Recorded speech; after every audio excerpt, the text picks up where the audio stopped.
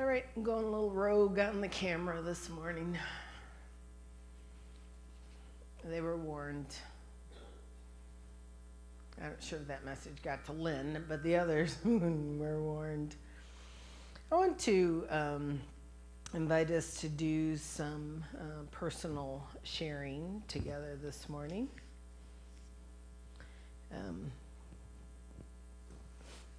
Did you guys see this? Ellen brought me this. Where's this from? Where's this from, Ellen? Which one? Ascota. Did you see this? This is Bill and Marietta. Their wedding picture and a whole article done. He's pretty cute, huh?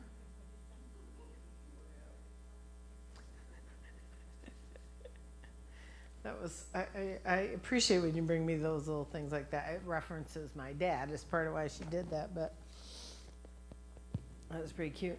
Especially he's talking about dancing is what got Bill and his wife here.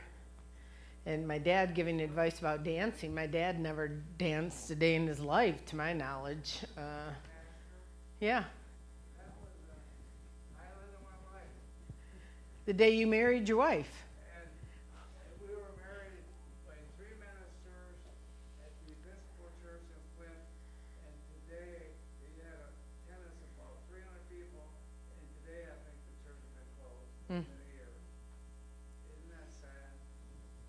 It's happening all over.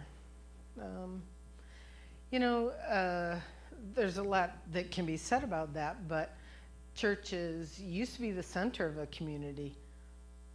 You had a church and you had a bar. Right? I mean, literally. There's old historical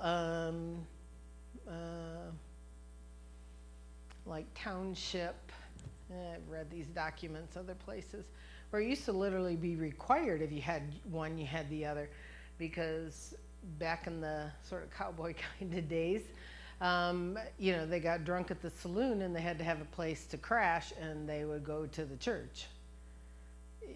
It was a relationship that was sort of established, had the two extremes. That was the center of your community.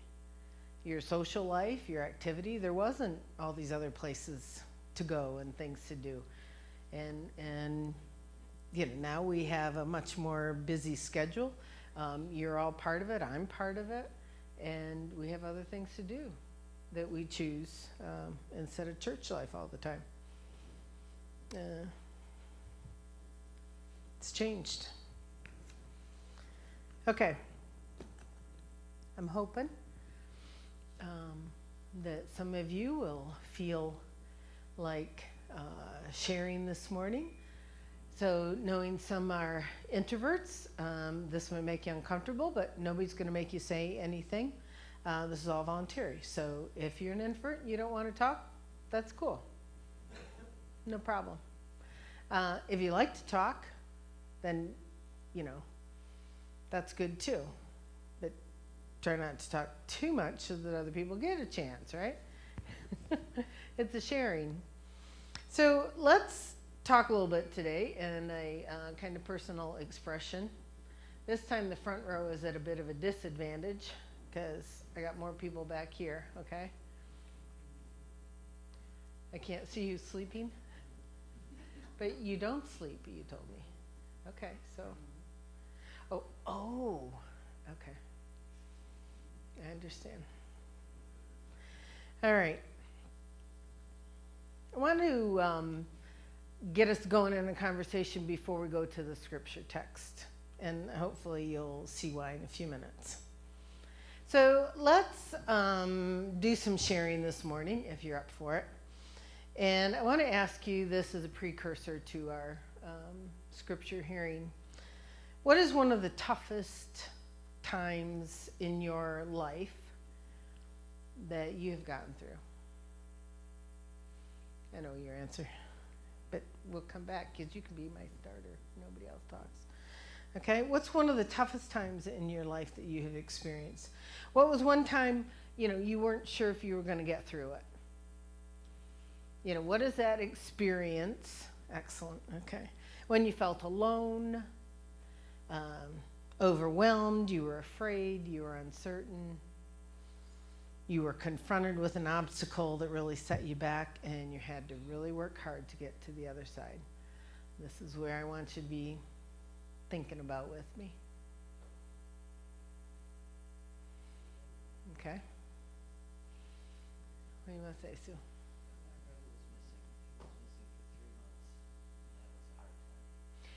When her brother was missing, was missing for 3 months. How long ago was that? 1984. Okay, Jane? Hardest time was what? Yeah, well, my dad and mother were good, and then she got sick. And so, when I was in school, my dad,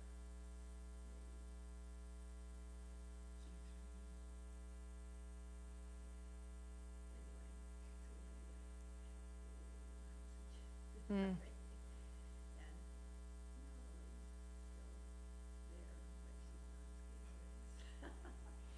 So she's talking about when her mom got sick when she was a young teenager, and how that brought upheaval to their whole household, and had to learn who took care of what kind of duties. Right? Does that work? Okay, thank you. Nice. All right, Barb. Many of you might know my husband Mike was with us at one point. He died 11 years ago. The hardest time in my life was losing him. Going through illness and then losing him. But God is so faithful and true. He works all things together for good. And I didn't think I was going to make it. And then he opened the door 6 years later for Grief Share to begin here. Don't get ahead of me, okay? So that was just a really hard time. And I'm just grateful that he brought me through. There you go. Thank you. Anybody else? John? Very bad personal choices could have set me in a very, very bad path for the rest of my life. So, late 70s. Bad choices, late 70s, very bad choices, life-changing. Yes. Dawn? Many of you know, I got sick a couple of years ago. I think that was the hardest thing for me because I didn't make good choices. Others had to make choices for me because I was unconscious. But when I woke up and seeing what had happened to me, I gotta tell you, I was really emotionally that I remember. I went through some pretty horrific things, and I'm still going through some issues right now. Even though I'm healed, and I got that miracle, it still has some tough times. Bill? I called my wife, I called my daughter and left her a message, and when she answered the message, it says, call from Marietta Busey on my telephone. And, then the second time we talked, it was from me. Now, isn't that weird? Marietta Busey on my telephone. Hmm. And another thing, Monday I had a heart procedure, and I was there for an hour. And the gal was going on vacation when she reported, and if you got any questions, give me a call. And she was on the road, and I just wanted her to tell my primary doctor that everything is okay with my heart. I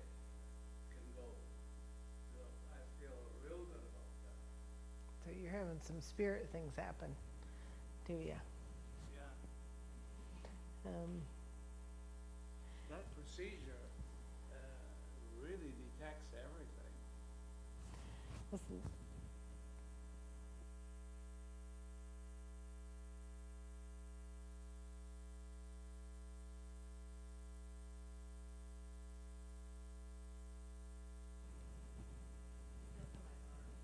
hmm. You're not supposed to have to bury your children. You're not supposed to have to bury your children.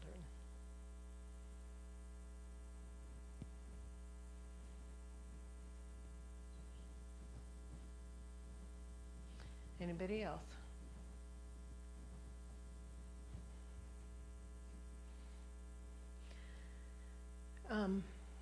Point is, life can be hard. Not because you've done anything wrong and it's a punishment. That's not what happened. God didn't inflict anything on you. That's not how our God works. And some people think that just because you're a Christian or become a Christian, that takes all the troubles away. And truth is, it's really quite the contrary. Because you're charged with a new way of living. And it's not what the world conforms to. And so you have to face all those hardships in a different understanding that actually sets you a little bit at odds with the world, but puts you in harmony with God. People don't always understand when you're going through something hard. Colleagues, family, friends, culture, society doesn't usually understand. Sometimes choices in situations, that we've made result in decisions made in a response to fear instead of faith. It's not easy to live a faith-filled life and trusting in God through all your dark days, because we, in our human nature, get doubts and questions and insecurities, and we fall into dark places too.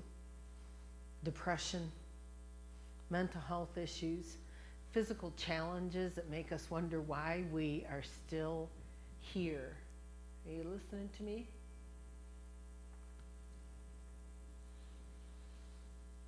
So we want to move on to the other half of the question that Barb started to go to.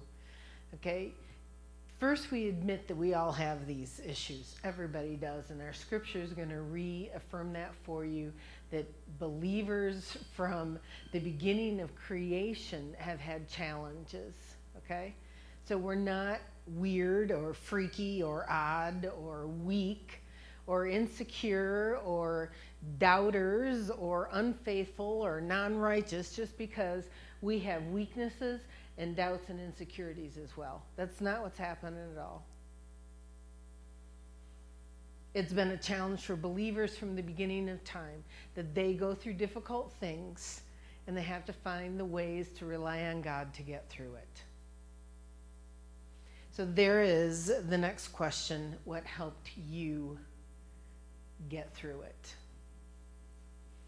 What helped you deal with the darkness, with the horrible pain, with the excruciating agony, with the guilt, with the lack of motivation and desire and direction? What helped you to find your strength, to persevere, to overcome, to not feel alone in your struggle, to take action, to move to a healthier place?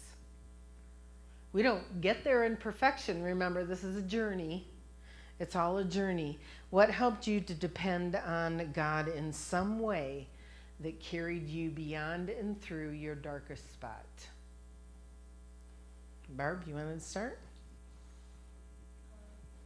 Well, in the very beginning, it was my family, my church family, prayers and coming along next to me, and Marlene picking me up for church on Sunday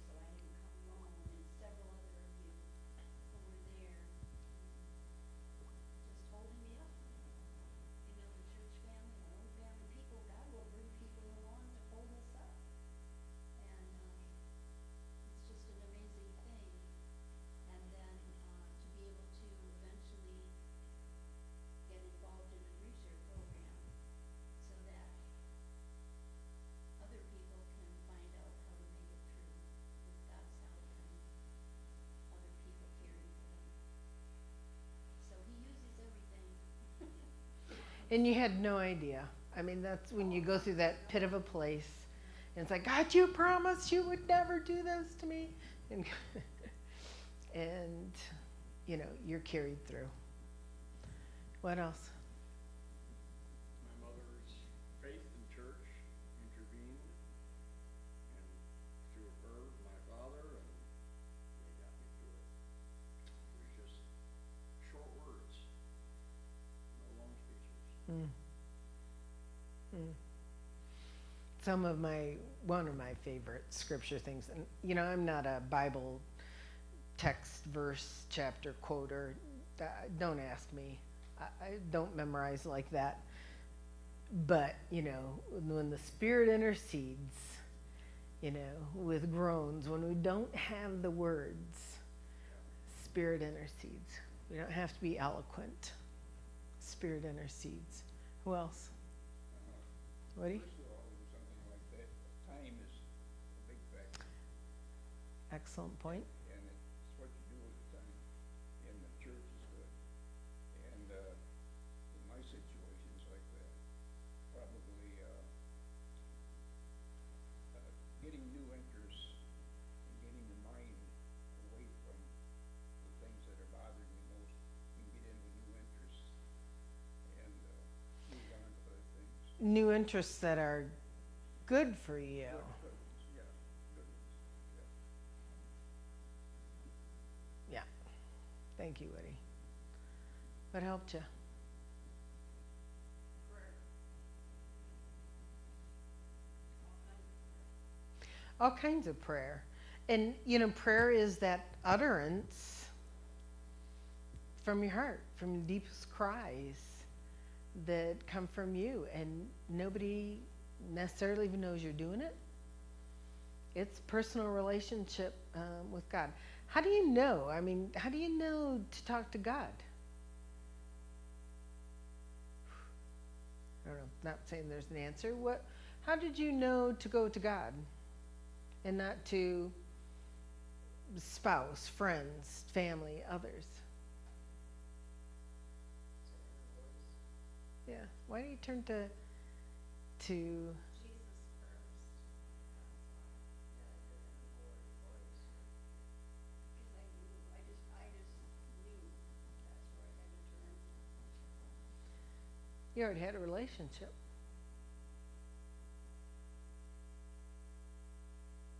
I think a minister helped me in developing that guy who's interested even in the littlest things and your prayers and like that. And that comes really close to you. I don't know if you caught that essence of her comment, but that God was interested in your littlest of things and how that made an impact to you. To think that God does know us in that intimate of way, and that it does matter, that we're important, we're loved, even though we don't feel worthy of it a whole lot of the time. I like the Bible translation that says that God understands our liquid words, which are our tears. Never heard that. Our liquid words. Nice. Nice.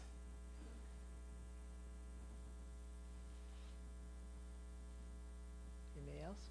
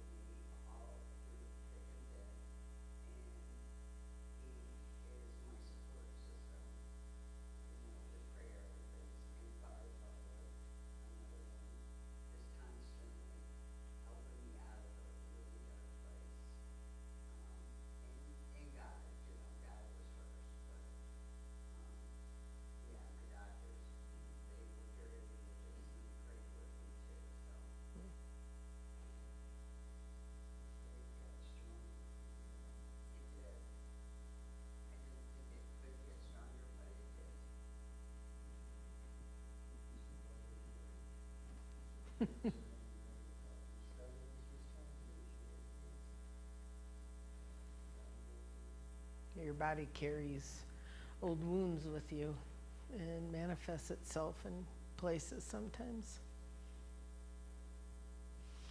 All right, I think you're ready to hear the scripture for today. It's from Hebrews chapter 11. And remember the setup for this. If you go back into the beginning of the chapter, if you went home and did your reading, you would hear this litany of saints and prophets and early believers that went through all kinds of struggles and sufferings and conflicts as believers, as faithful followers, as characters that, made the cut in the Bible. Okay? And what they journeyed through, but stayed faithful. By faith, it says, by faith. By faith, we utter our prayers. By faith, we turn back to God in our darkest times. By faith, we believe that we are important to God. By faith, we believe God carries us through those darkest days to some other place of purpose and meaning in our lives that is not yet revealed to us. By faith, we believe it will be okay. And we will grow into whatever this next phase of our life, single, individual, corporate. By faith, we believe we move forward redeemed and saved and loved and worthy to receive reward. I'm trying to stay away from the screaming, okay? Here, so this starts in verse 29. And I'm reading out a Message this morning. By an act of faith. Of what? By an act of faith, Israel, the nation of Israel, the chosen people of Israel, walked through the Red Sea on dry ground. That would be terrifying, right? By faith, they walked through the Red Sea on dry ground, and the Egyptians tried it, and they drowned. But by faith, the Israelites marched around the walls of Jericho for 7 days, and the walls fell flat. By an act of faith, Rahab, the Jericho harlot,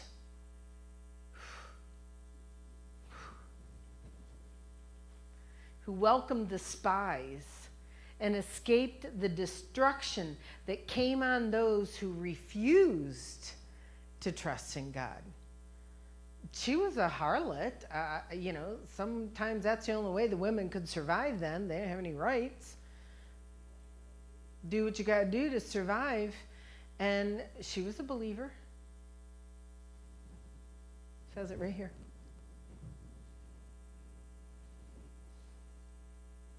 By an act of, did that one. I could go on and on. So you have to go back and read the rest of 11, and it goes, just list one after the other, after the other, after the other, after the other, by faith, by faith, by faith, by faith. So the writer's saying, I could go on and on, but I've run out of time. So have I. There are so many more. Gideon, Barak, Samson, Jephthah, David, Samuel, the prophets. Through acts of faith, they toppled kingdoms. They made justice work. They took the promises for themselves. They were protected from lions and fires and sword thrusts. They turned disadvantage to advantage. They won battles. They routed alien, not space alien, but foreign country alien armies. Women received their loved ones back from the dead, resuscitation. There were those who, under torture, refused to give in and go free. They were preferring something better, and that was resurrection. There were others that braved abuse and whips. And yes, chains and dungeons. I don't think too many of ours were physical dungeons. They were emotional dungeons. Lucky for us. We have stories of those who were stoned, sawed in two, murdered in cold blood, stories of vagrants wandering the earth in animal skins and homeless. They were friendless, they were powerless, and the world yet didn't deserve them. They were making their way as best they could on the cruel edges of the world. Those were the people of faith, living on the cruel edges of the world. Not one of these people, not one of them, even though their lives of faith were exemplary, got their hands on what they thought was being promised. God had a better plan for us. That might be a little hard to get your mind around. God had a better plan than what you thought was the way it was going to work out.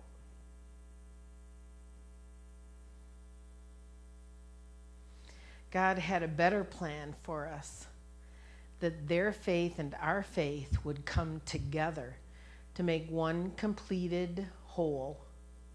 Their lives of faith not complete apart from ours. Do you see what this means? Do you see what this means? All these pioneers who blazed the way, all these veterans cheering us on.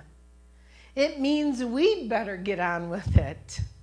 So strip down and start running and never quit. Strip down, start running, and never quit. No extra spiritual fat, no parasitic sins.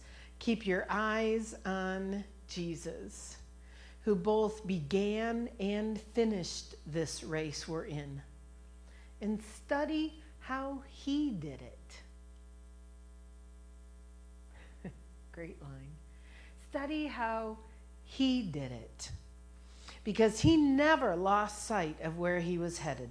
That exhilarating finish line, and with God, he could put up with anything along the way, the cross, the shame, the whatever. And now he's there in the place of honor right alongside God.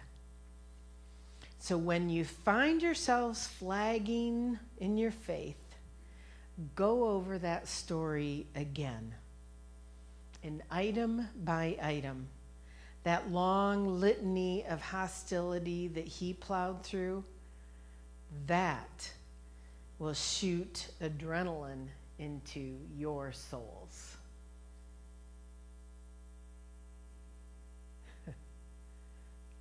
Did you hear that at the end?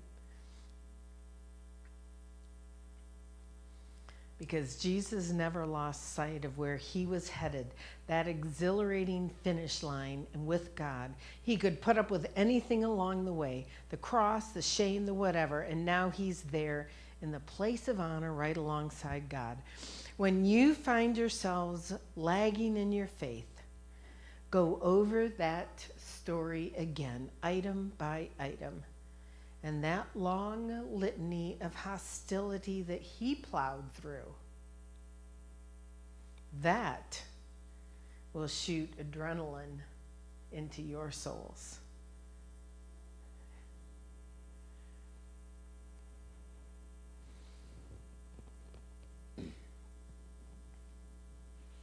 You know, I don't know. Is there anything else I need to say? People of faith, stay faithful because of what God has done in the past and what God will do in the future for you. I was gonna sing a song. You wanna hear a song?